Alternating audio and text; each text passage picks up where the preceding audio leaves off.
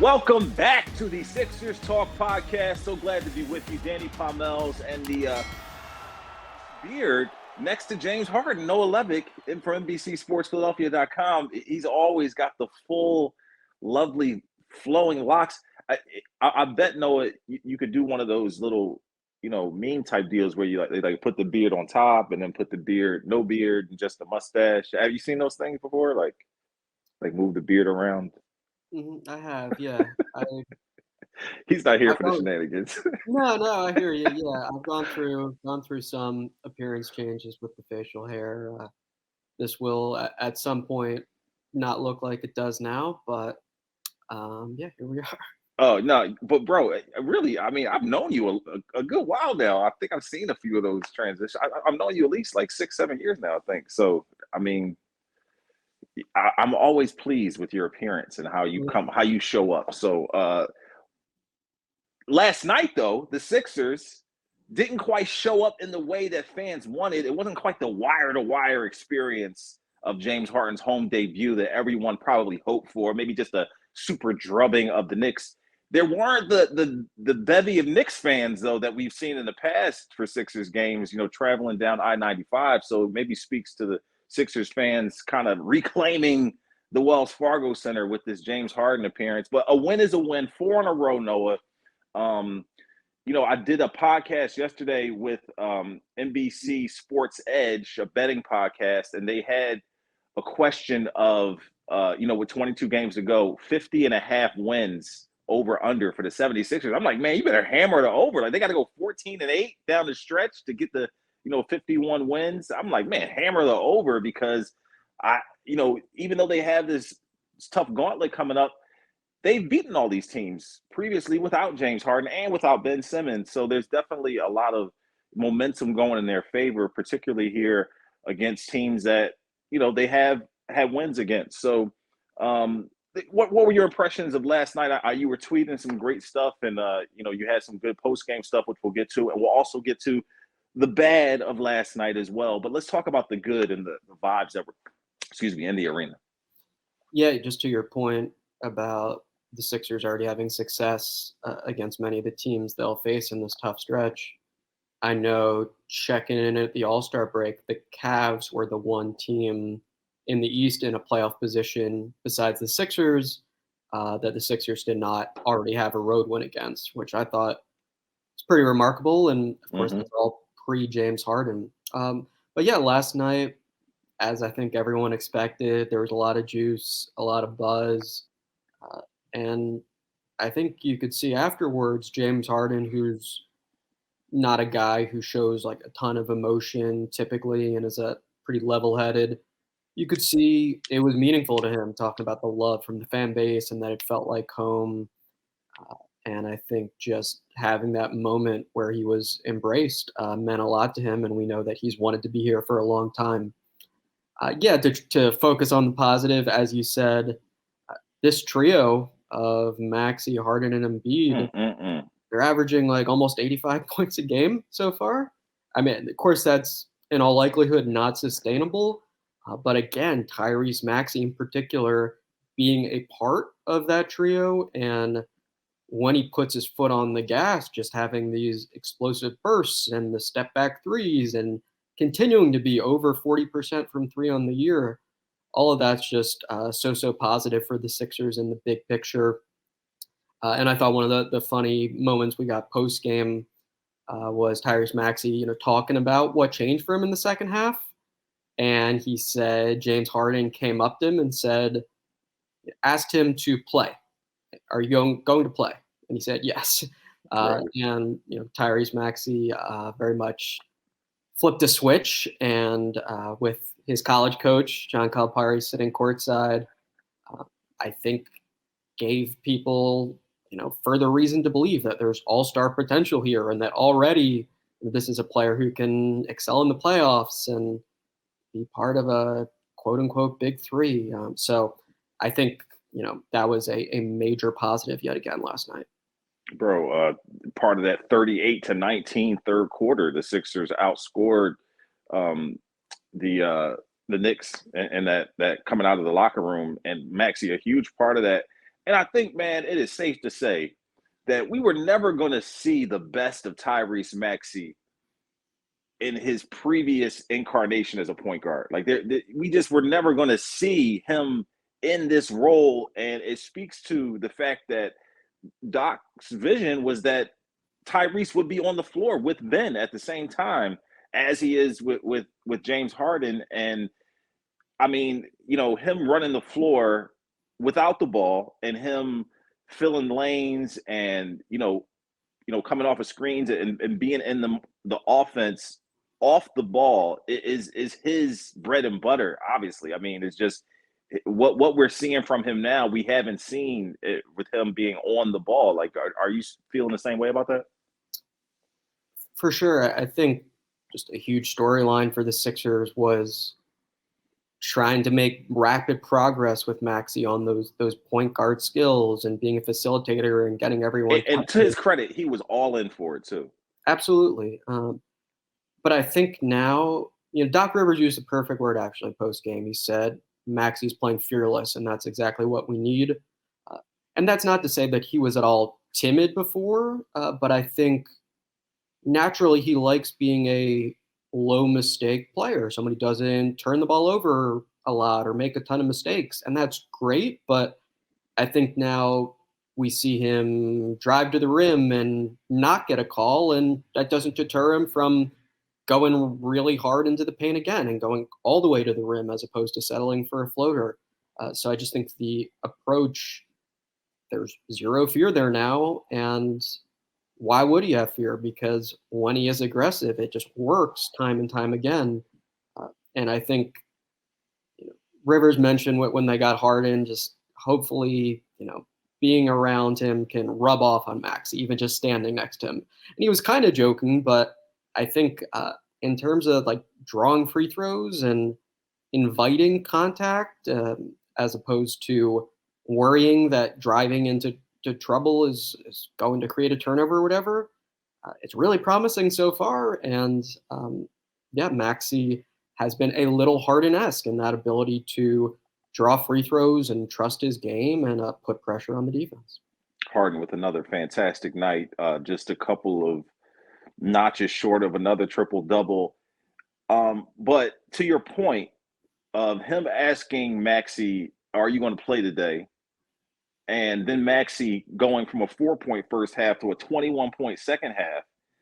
I don't even think we were, you made that point about Doc Rivers saying maybe some osmosis would happen where it would just rub off on Maxey from him standing next to James Harden. But I don't think anybody was prepared, bro, for James Harden, the motivator.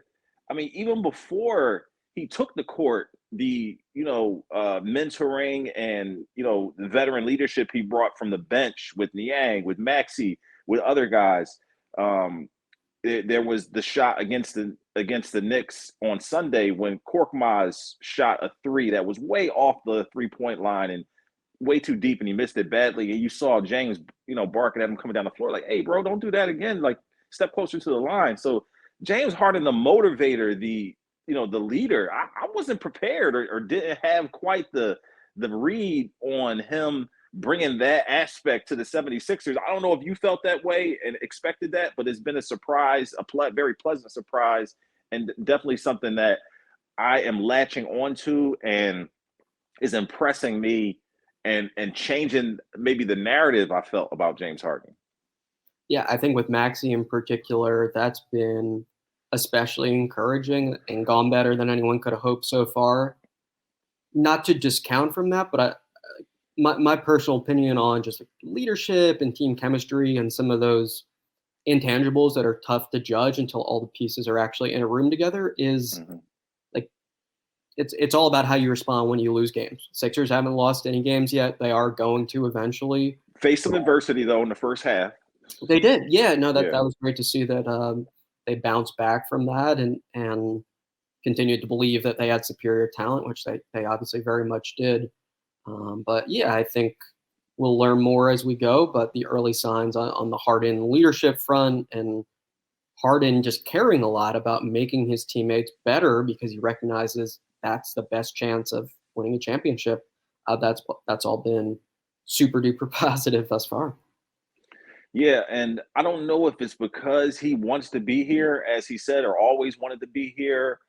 I don't know if it's his tightness with, Meek Mill and Michael Rubin. I don't know what it is, but the Harden that we're getting here feels like the best version of him. Right, of course, he was averaging 10 assists in Brooklyn. He won the MVP with the Houston Rockets, but it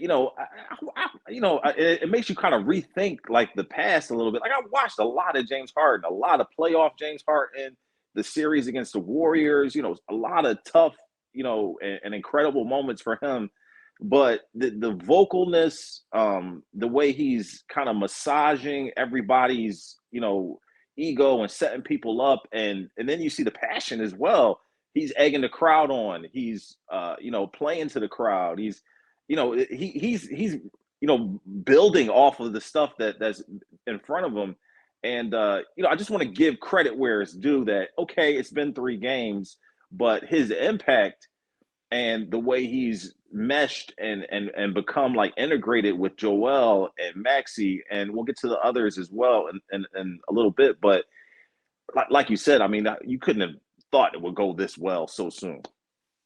Yeah, definitely earned that hat tip. I think, yeah, we all develop at different trajectories as people and as leaders.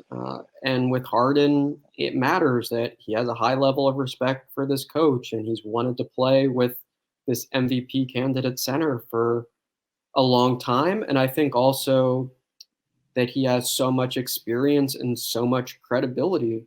Like, I think other star players, if they did something like that to Maxey, maybe not with Maxey, but to another young player, maybe there'd be some skepticism or just this guy's made 10 All-Star games. He's a top 70. Like there's no doubting the resume, Right. and that his words are worth listening to, at least when it comes to, offensive basketball and that side of the game. And I think he's just embracing, like, whatever I say, people are going to listen. So I'm going to speak my mind and going to use that as like a tool that, is powerful for our team, as well as a lot of things I can bring to the table on the court. Yeah, and that is a great segue into my next thought, because it's one thing to talk it, it's totally different to walk it. And even in that first half, there was some sad moments where the Sixers were struggling. They were dragging, and next thing you know, a tough layup, a step back three from James, and the momentum has shifted a little bit. The Sixers are trending in the right direction, and they haven't had that, Noah. Like they haven't had a guy who could change. Of course, Joel Embiid, 100%, but in those instances where they're playing from behind and trying to catch up and find their rhythm, anytime he would touch the ball, a double team was coming immediately. Where now that you can't do that so quickly or so smoothly, because if you're doubling James, Joel's in a one-on-one matchup and vice versa. And particularly with a weapon in the arsenal like a step back, which creates the space and opportunity for you to have a clear look at the basket. We just haven't been privy to someone like that. Okay, Jimmy Butler was a guy who had some of those things in his arsenal, but Jimmy also was a let the game come to him kind of guy in some ways. And James is that as well, and particularly will lean on his passing as well as his scoring. But the point is that a guy who can create his own offense, really has a dead eye from outside, and can get to the basket. You just see how much it brings to this team, and the fact that it can stop those runs from opposing teams and give the Sixers momentum at the same time. Agreed. I think though the team has some concerns, at least the notion of being vulnerable to collapses in the playoffs the same way they were last year, you probably feel a little bit better about that because you have James Harden on board. And one key component, of course, is the Sixers have and will continue to draw so many free throws. So stretches where you don't score for 7, 8, 9 straight possessions, they just feel very unlikely as long as the team reminds itself to put pressure on the rim and on the officials as well. And I think James Harden tends to do that extremely well. And I think also, you feel good when you have a lead. And as you mentioned, just there's actually the potential to make offensive spurts and come back in games and, put pressure on opponents that way where they don't ever really feel comfortable or like they've got the upper hand. So just the whole paradigm of like what this team is and what it's capable of, it's undoubtedly shifted very dramatically here. 2 points, and I think we could take a quick time out and then delve into some other topics. But you have another game where these three guys, Maxey, Embiid, and Harden, cracked the 20-point plateau. Like you said, they're averaging 85 points a game.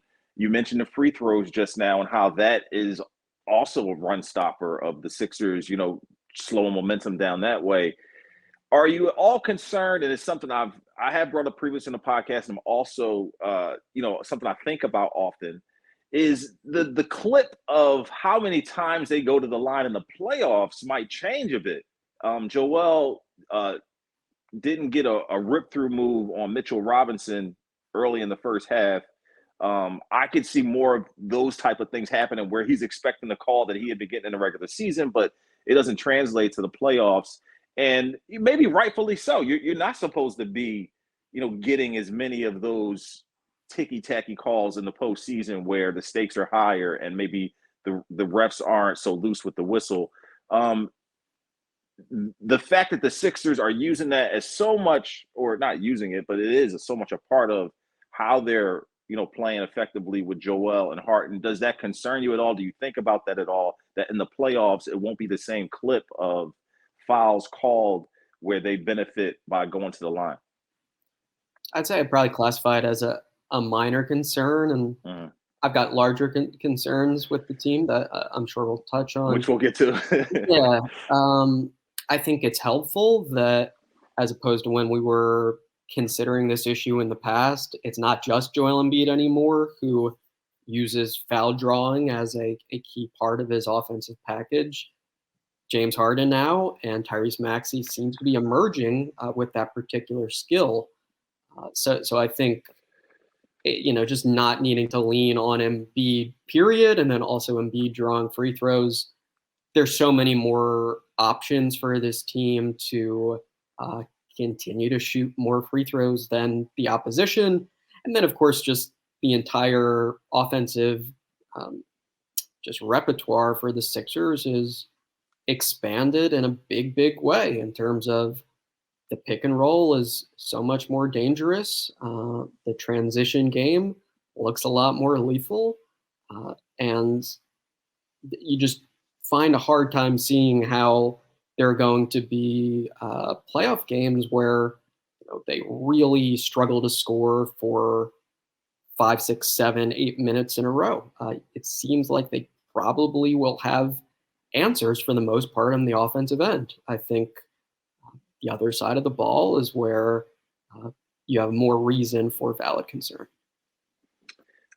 Definitely. We will get into that. I want to take a moment and talk about Joel Embiid. And I'm kind of a guy who likes to kind of push things together, kind of take a little bit from here that matches something over here and kind of make it a one homogenous idea. So you had this very reflective Joel Embiid at the All-Star break. He's there with his son.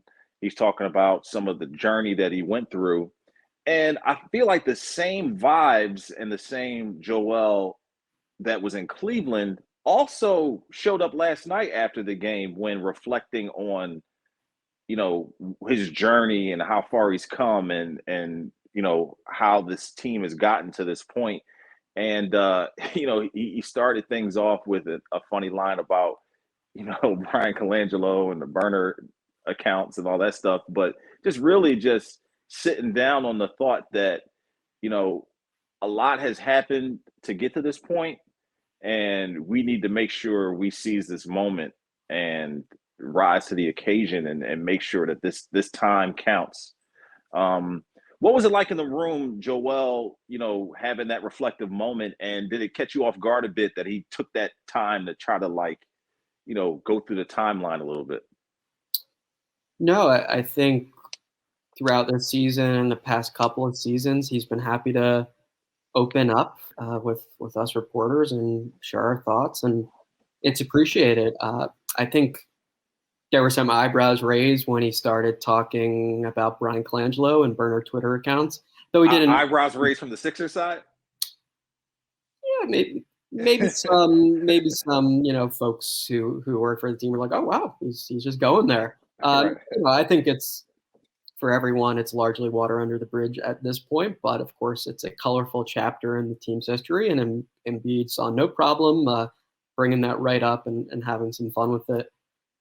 But it is really fascinating to hear him talk about just how many players this team has cycled through. And sure, you go back to the process era and his part in that and the years he was sitting on the bench, but you even go back like 3 years ago and the Christmas Day game, I believe Tobias Harris and Furkan Korkmaz were the only Sixers now on the roster that were there for the 2019 Christmas game where the Sixers blew out the Bucks at home. So just a reminder of change is ceaseless in sports, and Joel Embiid has been the one constant here. And I think he's really grateful that he's still here and he has a chance to craft this beautiful story that he's talked so much about. And it was funny too last night. I guess James Harden, on ESPN after the game mentioned this. It was like a movie for him, and I was reminded, of course, of Joel Embiid. Always uses that phrase. He says, "My life is like a movie." So I think they both are enamored with this idea of like we can do something special here together, and just of course they've gotten here in really different ways, but kind of the journey culminating with them being on the same team and a team with championship potential. They both recognize that and want to capitalize on it. You mentioned, process and the players that have come in and out of here. I mean, we can take a quick moment and give some props to Nick Stauskas, Sauce Castillo, going for 100 points in 2 games in the G League, but he now has the G League record 57-point game. So the process is still out there. There's still remnants of it floating around everywhere. As Sauce Castillo is still making his name known out there. Yeah, I was very intrigued. I looked up the highlights of that game. I think he started 4-11 from the floor, and almost all of those were 3-point shots.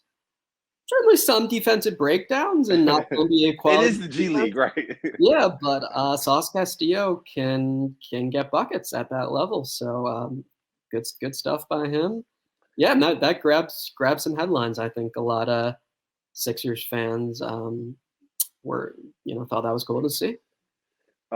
Jason Dumas, friend of the podcast, the guy we've had on previously, he said that he thought that he just knew Nick Stauskas was going to be a great pro. It made him question his eye for a little bit of how he could evaluate talent because Nick just didn't work out in the pros. But I mean, that Michigan championship, a lot of people just really felt some good momentum from there that just didn't translate to the pros. But we don't have to get too off the topic. But Vivek Ranadive of the Kings memorably felt the same way and was right. to get Stauskas.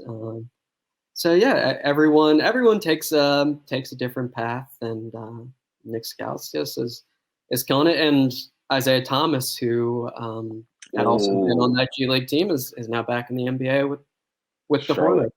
So a little more nostalgia there, yeah. Yeah, you think about his journey and him being back. You just love to have the underdog success stories. So I will always pull for him, particularly with the way he used to cook and obviously we got a good look at that with him when he was with Boston. But But a great story for sure. Let's take a timeout. We'll get into some of the bad from last night and try to hash out this bench rotation and these backup big minutes and what Doc said before the game about Willie Cauley-Stein and how that translated to the game. But we'll take a timeout and come back on the Sixers Talk podcast. Stay with us. Make your move in 2022. A Wilmington University education can take you where you want to go. Spring classes start March 7th. Apply today at wilmu.edu.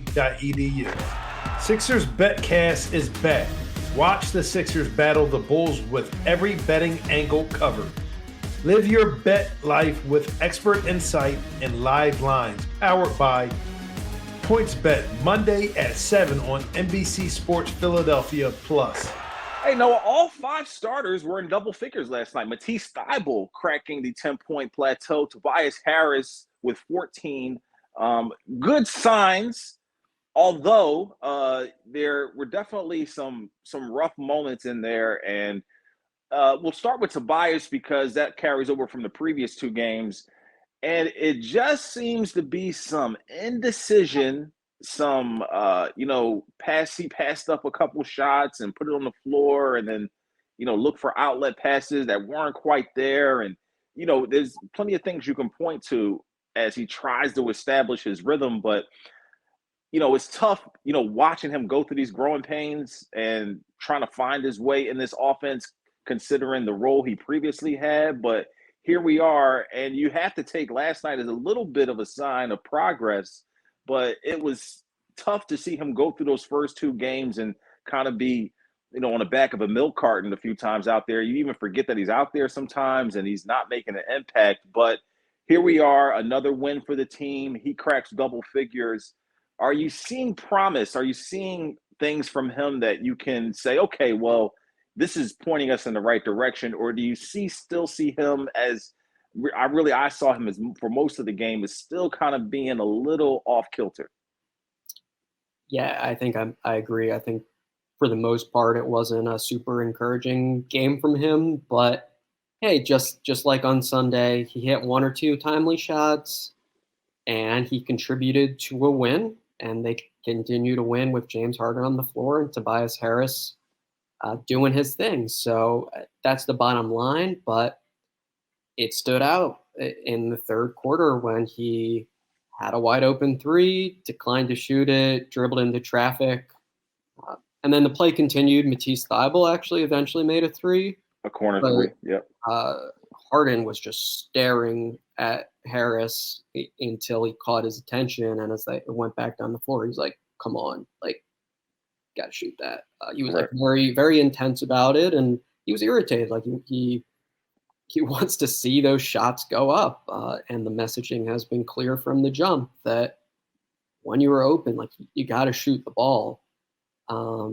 So, hey, it's 3 games. As we said, everyone has different trajectories, different levels of comfort. I think it's fair to assume that he will make some progress and figure some things out, but part of it just is basic. He has to be a willing catch and shoot player, and we haven't seen that to the extent that the Sixers require thus far. I think, as I mentioned before, I still feel relatively positive about the idea that his defensive versatility can help this team in the playoffs, especially if the Sixers continue with this Harden and Harris pairing. Just the idea that Tobias Harris can handle a few different positions and be a solid defender in the playoffs. I think I buy that. I think he had some good moments in the Hawks series, even last year when the Sixers changed up their defensive coverages with the Trae Young double drag, and Tobias Harris did really well against a small, shifty guard. I think some of those non-scoring qualities could legitimately be valuable in the playoffs. But yeah, man, the early signs of just being the sort of catch and shoot, quick decision player that the Sixers need, that they haven't been good at all with Tobias Harris.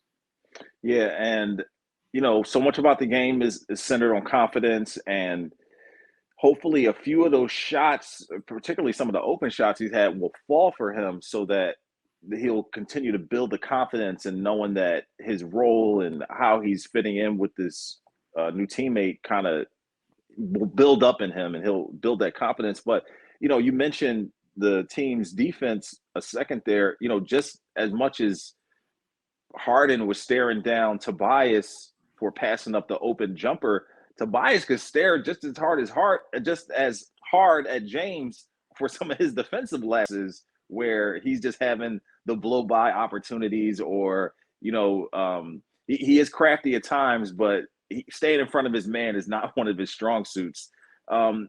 Is that something you feel like could come back to bite them as we approach these tougher games and push into the playoffs? Of course, you have the ultimate safety valve in Joel Embiid protecting the rim, but at some opportunities, Joel's not even able to get over to help because Harden's man is blown by him in such a way. Well, to that point, I think the minutes when Embiid is off the floor, I see a lot of reasons to be quite concerned about the Sixers defense. I thought their defensive level was very poor last night when Embiid was on the bench. And you can put some of that on Paul Millsap, a 6'7", 37-year-old, continuing to be the backup center. But some of that's James Harden not moving his feet very effectively, and just the entire lineup not having a defender that's going to worry in opposition the way a Matisse Thybulle or a Joel Embiid would. I just thought those non-Embiid minutes, there was high potential for disaster, and that potential was fulfilled in the first half when the Sixers go down 16 points to a Knicks team that has one win since February. And they did outscore New York by 2 in the Millsap second half minutes. But to me, that felt fortunate. And like the biggest reason they managed to pull that off is just Tyrese Maxey was crushing it and doing awesome stuff offensively. But I still thought the defense looked shaky and vulnerable. And I'm not sure I see any great answers there other than getting on the same page a little more and being better about just attention to detail and transition defense. But I'm not sure I see a pathway to this being a sturdy playoff defense when Joel Embiid is off the floor. It looks like they're going to have to outscore teams and rely on individual bursts from Maxey, Harden, and if Harris can contribute offensively with big shots in those non-Embiid minutes, that would also be very important as well. You talk about life being a movie. Hopefully this isn't a bad sequel, Noah, because we've seen this movie before with the Greg Monroe minutes and the time that he was on this roster and how that played out in the playoffs when Joel Embiid wasn't on the floor. But something Doc said pregame maybe alluded to Willie Cauley-Stein would see more opportunity here on a 10-day contract. He only ends up playing garbage time, and Millsap gets the lion's share of the minutes. We also have this idea that DeAndre Jordan might possibly be in the Sixers' interest after he's been waived by the Lakers. Adrian Wojnarowski saying that DeAndre Jordan is on their radar. The Sixers might be pursuing him. Once again, Willie Cauley-Stein on a 10-day, so there is opportunity there to bring Jordan in. But can you talk to Doc's comments and why that didn't quite play out during the game, and if you have any interest in DeAndre? Right, so Doc Rivers had even said Tuesday at practice that he did plan to give Willie Cauley-Stein a shot, and then kind of confirmed it pregame. As you said, he didn't get much of a shot. He got 75 garbage time seconds.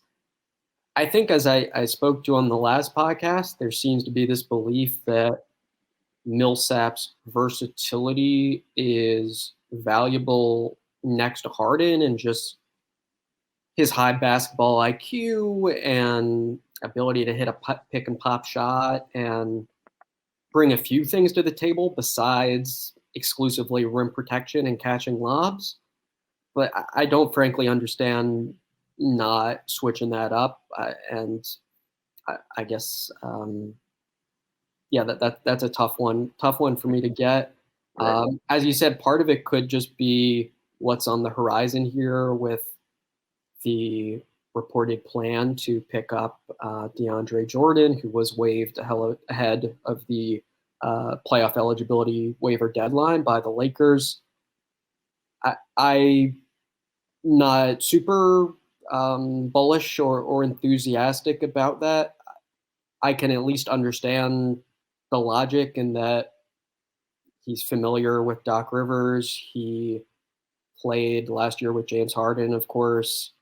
And, the Harden Jordan minutes with the Nets were about even as far as their net rating. The offense was very good. The defense was not. And that was the case with most Nets lineups last year. So you can sell the idea that Harden and Jordan, it's at least capable of not tanking the Sixers, when they're on the floor together without Embiid. But DeAndre Jordan hasn't played a playoff game since 2017, and there are good reasons for that because he's not the all-star he was in 2017. He's a lot worse than that across the board. His athleticism has declined, and it's no sure thing that will be successful, I think is a mild way to put it. But clearly it's a fluid situation, and they haven't settled on any good answers yet. Back up big minutes, and we've heard Daryl Morey go on record on the Mike Missinelli podcast that there was a player out there who, well, maybe it wasn't Mike Missinelli, but he does have his eye on someone in the buyout market, and DeAndre Jordan kind of fits that mold. But the backup big minutes they're trying to address that situation.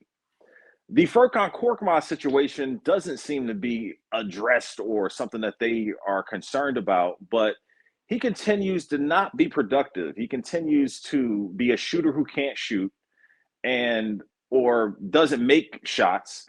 And there's other guys like Isaiah Joe or maybe Shake Milton who could be on the floor sooner or on the floor at all in Joe's situation in Furkan's stead. So they have this current idea of playing, staggered minutes with Maxey and Embiid with bench guys, and then Tobias Harris and James Harden with bench guys. Is that mesh of the guys that they're putting on the floor with Maxey and Joel, is that mesh working for you? Do you see the idea coming to fruition, or do you feel like the Sixers still need to recalibrate that and figure that out? I think they haven't settled on anything, but it is significant that Doc Rivers did at least pull the plug on the Furkan Korkmaz minutes, and he didn't appear in the second half outside of garbage time. He'd given him a very long leash up to this point, and I think it's warranted that Shake Milton took those minutes in the second half. But it still sounds like the door is not totally closed on Furkan Korkmaz by any means. Doc Rivers wants him to shoot the ball confidently, and of course the hope is that confident shooting leads to higher percentage shooting and him being a little more threatening as a bench shooter for the Sixers. But as we've said for a long time with Korkmaz, that's been largely theoretical outside of the occasional pleasant surprise when he gets hot and has a little scoring explosion. But he hasn't been a good player this season in the large majority of his appearances. And I don't think Shake Milton is likely to be a savior for this team or dramatically improve the bench's performance, but I do think he's got a higher chance of turning in neutral or slightly positive performances. I think there's a good track record there. And of course that becomes better with Milton if his shooting improves, because that's also been disappointing this season. But yeah, Rivers even mentioned, we've got Isaiah Joe, so maybe we do see Isaiah Joe soon, but Isaiah Joe has yet to get a shot in the James Harden era. And I think why not give the kid a chance to play with a great offensive player and see what he can do. Right, give the kid a chance, and can't be any worse than what's been going on. But we are, trying to get this team and wrap our head around all that they can accomplish. I feel like, you can maybe go to the next 10 games and look at the challenges that are presented to the Sixers and think that this will tell you a lot. But let's just go to this next 3-game stretch between Friday and Monday with Cleveland, Miami, Chicago. We won't even talk about the Brooklyn game or Denver on the horizon, or a second game with Cleveland that's upcoming later this month. But just like Julius Caesar, beware the Ides of March. So we'll see how this plays out for the 76ers. Just the next 3 games, Noah: Cleveland, Miami, Chicago. 2-1, 1-2, 3-0. What do you think happens there? Gut feel is 2-1. I think that Miami game on the road is a tough one, and obviously back to back. They will face heavy doses of zone defense. And again, as with most things offensively, James Harden gives them a lot better chance at success against the zone. But I still think just this group facing, zone for a long time for the first time, there might be some growing pains there. And maybe it won't be quite as intuitive as like pick and roll play, So I think that's a tough one for the Sixers to win, and just the schedule doesn't help them out there as well. But none of those games are gimmies. All East contenders. Not disastrous if they go 1-2, but I think last night is a great example of how the margin for error is just so much higher now. So they don't need their A game to beat good teams. That said, they haven't played any great teams yet, and this will be the highest level of competition. And we'll see how much that holds true against some of these teams they might face in the playoffs.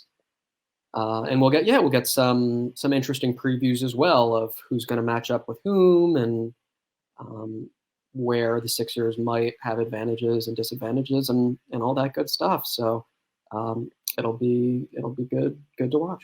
If you love basketball, particularly Sixers basketball, a great time to be a fan. Friday, Saturday, back-to-back makes for a good weekend. And then Monday, you also have a great game as the Chicago Bulls will be on the slate. So we will be here with you every step of the way. We'll be here with another pod early next week, so look out for that. For now, thanks for listening. I'm Danny Pommells. He's Noah Levick. Ben Berry, our producer, in the cut as usual. We appreciate you listening to the Sixers Talk podcast, brought to you by Wilmington University. Will you work?